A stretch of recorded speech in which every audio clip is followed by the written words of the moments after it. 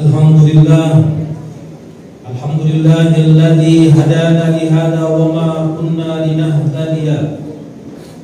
Alhamdulillahilladzi hadana li hadza wa ma kunna linahtadiya. Alhamdulillahilladzi ja'ala Allahu al-qalama lil-kitaba wal-kitaba lil-qira'ah wal-qira'ah lil-ma'rifah wal-ma'rifah lil-ibadah. Asyhadu an la ilaha illallah wa asyhadu anna Muhammadan abduhu wa rasuluhu la nabiyya ba'dahu. Allahumma salli ala sayyidina Muhammad wa ala ali sayyidina Muhammad. Wa qala fi kitabihil karim, inna Allaha wa malaikatahu yusholluna 'alan nabi ya ayyuhalladzina amanu shollu 'alaihi wa sallimu taslima. Allahumma shalli 'ala sayyidina Muhammad wa 'ala ali sayyidina Muhammad. Wa qala fi kitabihil karim, ittaqullaha haqqa tuqatih wa la tamutunna illa wa antum muslimun. Wa qala bi hadis Rasulillah sallallahu alaihi wasallam, ittaqullaha haitsu ma kunta wa bi'is sayyi'atal hasanata tamhuha wa khaliqin nasa bi khuluqin hasan. Jemaah salat Jumat yang dirahmati Allah Subhanahu wa taala, dalam kesempatan khutbah kita pada hari ini sebagaimana yang telah dianjurkan oleh Rasulullah sallallahu alaihi wasallam, dan Rasulullah sallallahu alaihi wasallam setiap khutbahnya pasti dan selalu tidak pernah ketinggalan untuk mengingatkan jamaahnya, umatnya untuk bertakwa kepada Allah Subhanahu wa taala. Takwa dalam artian secara umum mengerjakan apa yang diperintahkan oleh Allah Subhanahu wa taala serta menjauhi akan apa yang telah dilarang oleh Allah Subhanahu wa taala. Peringatan takwa di dalam rukun khutbah kita pada hari ini merupakan sahnya khutbah kita pada hari ini. Jamaah salat Jumat yang dirahmati Allah Subhanahu wa taala, kalimat takwa singkat dan pendek tetapi mempunyai makna yang sangat luas dan mendalam. Kalau secara bahasa atau kalau secara umum, takwa dalam artian menjauhi segala apa yang telah dilarang oleh Allah serta mengerjakan apa yang telah diperintahkan oleh Allah. Ini makna takwa secara umum. Makna takwa secara luas dan secara terperinci adalah bagaimana kita introspeksi diri kita, bagaimana kita menghayati diri kita tentang apa yang telah kita lakukan selama di muka bumi ini. Mungkin di antara kita ada yang umur 30 tahun, 40 tahun, 50 tahun, 60 tahun, bahkan ada yang sampai 80 tahun lebih. Introspeksi diri merupakan makna takwa yang secara mendalam. Introspeksi dalam artian sejauh mana ibadah-ibadah yang telah saya kerjakan, yang telah saya kerjakan, seberapa banyak keburukan, seberapa banyak kesalahan, seberapa banyak sholat, zakat, puasa ataupun ibadah-ibadah yang tidak kita kerjakan, bahkan sengaja kita tinggalkan. Dengan artian takwa secara khusus ini artinya kita dituntut untuk introspeksi diri. Dengan adanya introspeksi diri ini artinya kita untuk bertaubat kepada Allah Subhanahu wa taala. Kita yakin, kami yakin, saya yakin di antara kita masih banyak yang mungkin waktu mudanya meninggalkan sholatnya, yang mungkin di waktu remajanya meninggalkan perintah-perintah Allah, puasa, zakat, di masa mudanya bahkan di masa tuanya sudah banyak yang tidak terhitung amalan-amalan ibadah-ibadah yang mana sebenarnya ini sudah diperintahkan oleh Allah semenjak kita sudah diwajibkan atau sudah kita balik, sudah diperintahkan oleh Allah untuk mengerjakannya, banyak yang tidak kita kerjakan. Di momen inilah kita introspeksi diri, bertadabbur diri, menghayati diri, berapa banyak kesalahan yang telah kita perbuat, berapa banyak perintah-perintah Allah yang telah kita tinggalkan. Bertaubat merupakan solusi yang sangat dianjurkan oleh Allah Subhanahu wa Ta'ala. Jemaah salat Jumat yang dirahmati Allah Subhanahu wa Ta'ala, dengan bertaubat artinya seseorang telah mempasrahkan dirinya kepada Allah Subhanahu wa Ta'ala. Dengan bertaubat artinya seseorang telah menjalankan kalimat takwa. Ada capaian-capaian takwa yang mana takwa ini sendiri apabila kita lakukan, Allah janjikan wa may yattaqillaha yaj'al lahu min amrihi yusra. Barang siapa yang bertakwa kepada Allah, Allah akan memudahkan urusannya. Wa may yattaqillaha yaj'al lahu min amrihi yusra. Wa may yattaqillaha yarzuqhu min haitsu la yahtasib. Allah berikan rezeki bagi mereka yang bertakwa kepada Allah dari mana? Dari hal yang tak terduga. Dan barang siapa yang bertakwa kepada Allah, maka Allah akan ampuni dosa-dosa yang terdahulu. Maka kalimat takwa di sini adalah tujuannya adalah bagaimana kita mempasrahkan diri kepada Allah Subhanahu wa Ta'ala, serta bagaimana kita bertaubat atas masa lalu kita yang selama ini banyak sekali perbuatan yang tidak sesuai dengan aturan dan perintah Allah Subhanahu wa Ta'ala.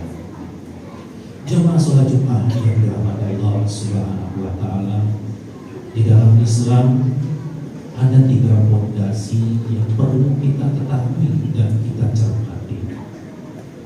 Islam merupakan agama yang universal. Ya ayyuhan nas, wahai seluruh manusia, di dalam Al-Quran disebutkan.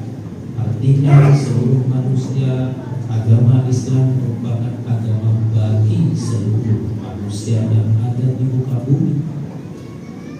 Bagi mereka yang mendapatkan hidayah, maka mereka mendapatkan Islam.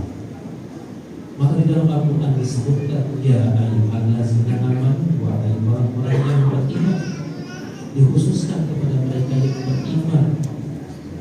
Maka dari itu di dalam Islam ada 3 fondasi yang perlu kita ketahui. Fondasi yang pertama yaitu tentang akidah. Fondasi kedua adalah akhlak. Fondasi yang ketiga adalah syariat. Fondasi yang pertama yang berkaitan dengan akidah, yang mana akidah ini tidak dapat ditawar-menawar. Apabila ditawar-menawar, maka akidah ini masuk dalam kategori musyrik. Akidah kita cukup satu, qul huwallahu ahad. Katakanlah bahwasanya Allah itu satu. Tidak ada lain selain Allah Subhanahu wa Ta'ala. Jika kita mempercayai selain Allah Subhanahu wa Ta'ala, percaya kepada benda-benda, percaya kepada pusaka-pusaka, percaya kepada orang yang mungkin dikatakan ahli di bidang spiritual, percaya kepada hal yang mistik, berbau kedemik dan lain sebagainya, maka musyrik itu namanya. Jemaah salat Jumat yang dirahmati Allah Subhanahu wa taala. Allahu Akbar. Allah Maha Besar. Saking besarnya Allah, Allah lah yang menciptakan alam semesta yang mana di dalamnya terdiri berbagai planet, matahari, bintang, bahkan bumi yang akan kita tempati sekarang ini. Kita manusia hanyalah bagaian hamparan debu jika dilihat di alam semesta yang sangat luas ini. Maka dari itu, Allahu Akbar, Allah Maha Besar. Allah dengan Asmaul Husnanya yang 99, Allah dengan sifatnya yang 20, wujud, qidam, baqa, mukhalafatu hawadisi, qiyamuhu binafsihi, wahdaniyah, qudrat, iradat, ilmun, hayyun, sakum, basar, kalam, qadirat, muqtidat, hanya kesatuan basirah mutakalimah. Ini sifat-sifat Allah yang mana kita yakini. Bagaimana kita meyakini Allah Subhanahu wa taala? Dengan ciptaan-ciptaan yang ada di alam semesta ini yang sudah terlampir di dalam Al-Qur'an. Al-Qur'an diterbitkan, Al-Qur'an dikeluarkan, dikumandangkan 14 abad yang lalu. Tetapi Al-Qur'an sesuai dengan kebutuhan zaman dan waktu terus menyamai akan kedudukan waktu dan zaman. Bahkan Al-Quran sudah memuat misteri ribuan abad untuk selanjutnya, yang mana Al-Quran diturunkan oleh Allah Subhanahu wa taala melalui perantaranya malaikat Jibril kepada hambanya Nabi Muhammad SAW yang tidak bisa membaca bahkan buta huruf. Tetapi Al-Quran dapat menyibak misteri seluruh alam semesta. Al-Quran di dalamnya terdiri pada aturan-aturan sejarah, perekonomian, perdagangan, seluruh ruang lingkup yang dibutuhkan oleh manusia. Jemaah salat Jumat yang dirahmati Allah Subhanahu wa taala, ini berkaitan dengan akidah. Poin yang perlu kita tekankan, akidah kita tetap utuh kepada Allah Subhanahu wa taala. Poin yang kedua adalah akhlak. Akhlak ini terbagi menjadi dua. Akhlak kepada Sang Pencipta Allah Subhanahu wa taala, kemudian akhlak kepada manusia. Muamalah ma'allah wa muamalah ma'an nas. Akhlak kepada Sang Pencipta Allah Subhanahu wa taala dapat disimpulkan di dalam Al-Qur'an, disebutkan wa ma khalaqul jinna wal insa illa liya'budun. Tidak akan aku ciptakan jin dan manusia kecuali hanya untuk menyembahku.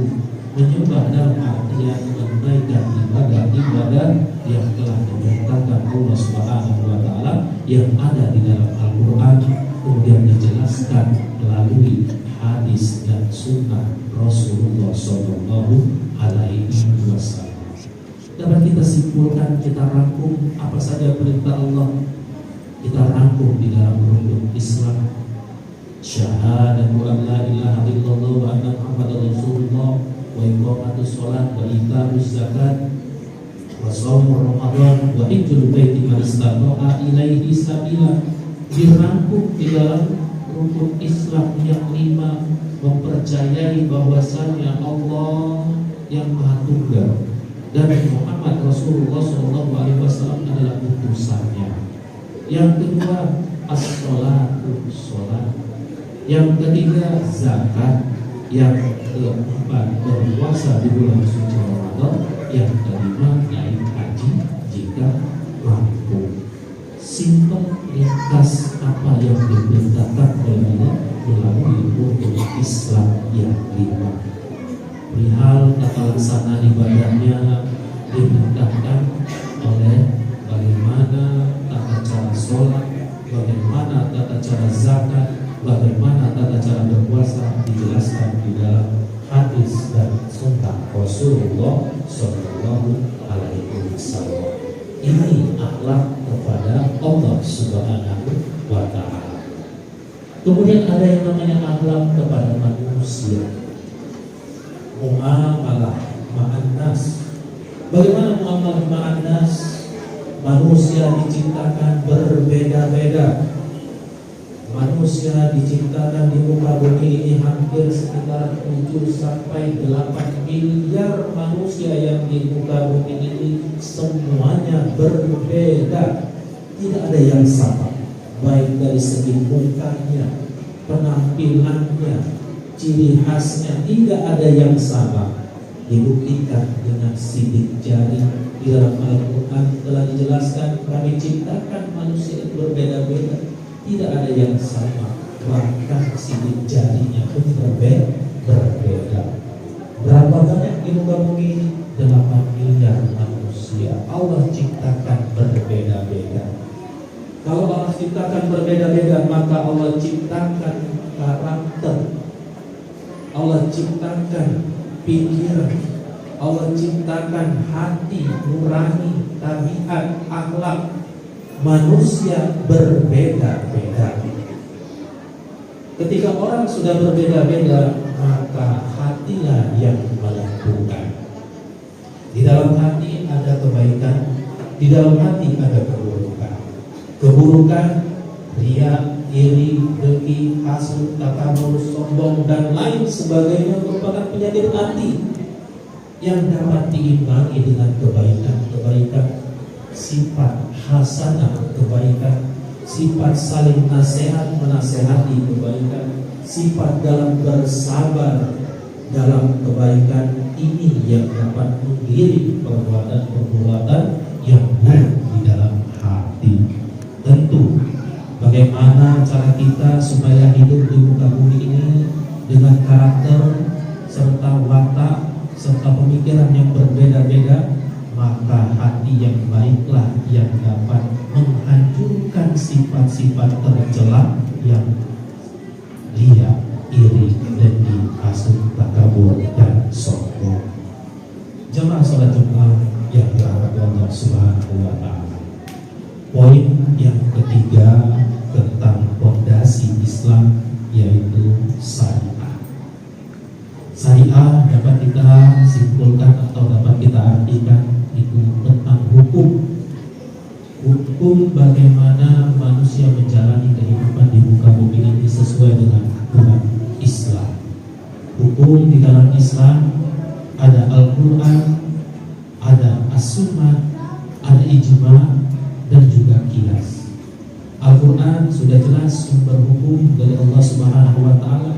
As-Sunnah atau hadis sumber hukum dari perbuatan, perkataan, tingkah laku Rasulullah SAW yang mana menjelaskan perintah-perintah Allah yang ada di dalam Al-Quran.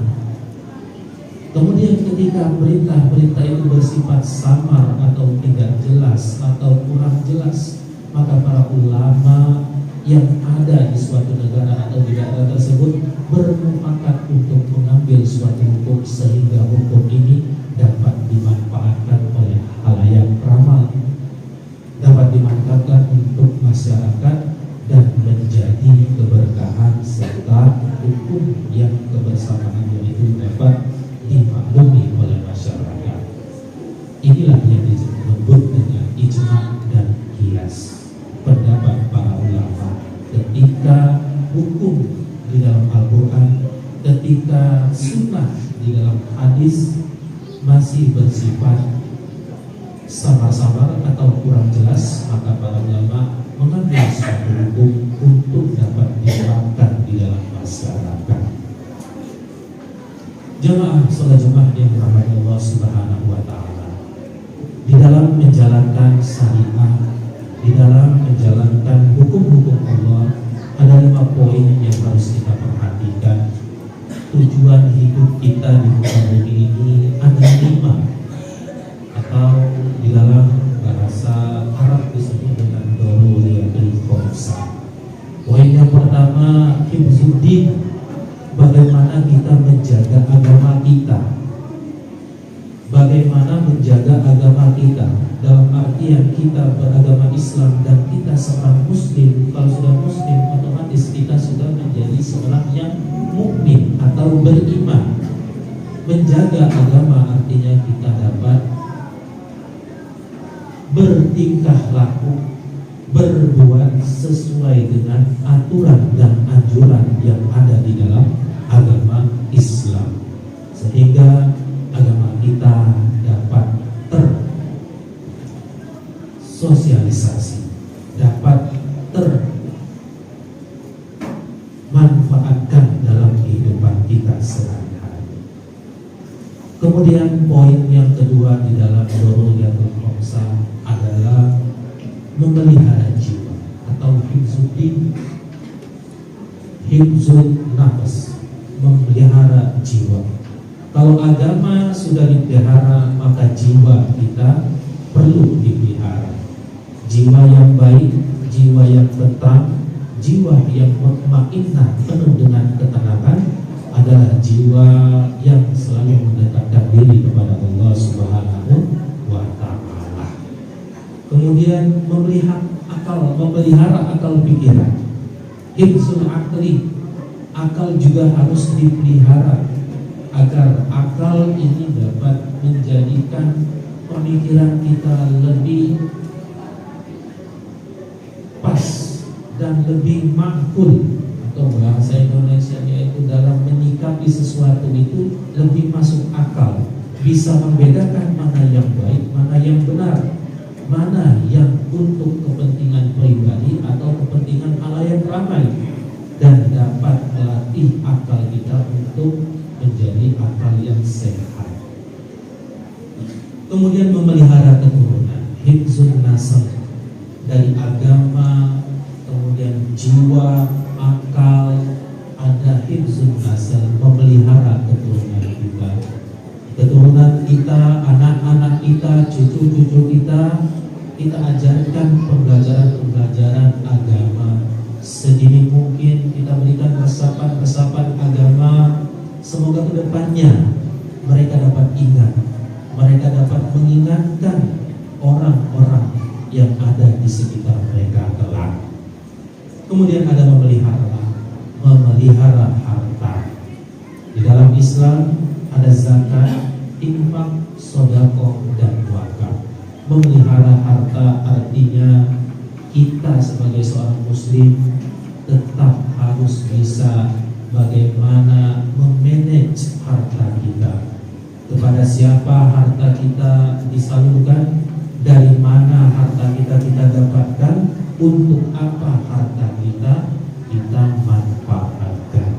Ketika harta kita sudah kita manage dengan baik dan benar, maka ketentraman jiwa yang ada di dalam sana. Karena harta, jiwa, akal, dan keturunan merupakan dari Allah Subhanahu wa Ta'ala. Apabila kelima ini sudah kita manage, sudah kita susun dengan rapi, insya Allah hidayah oleh Allah Subhanahu wa Ta'ala akan berada dengan kita, dan insya Allah kita termasuk ke dalam orang-orang yang bersyukur.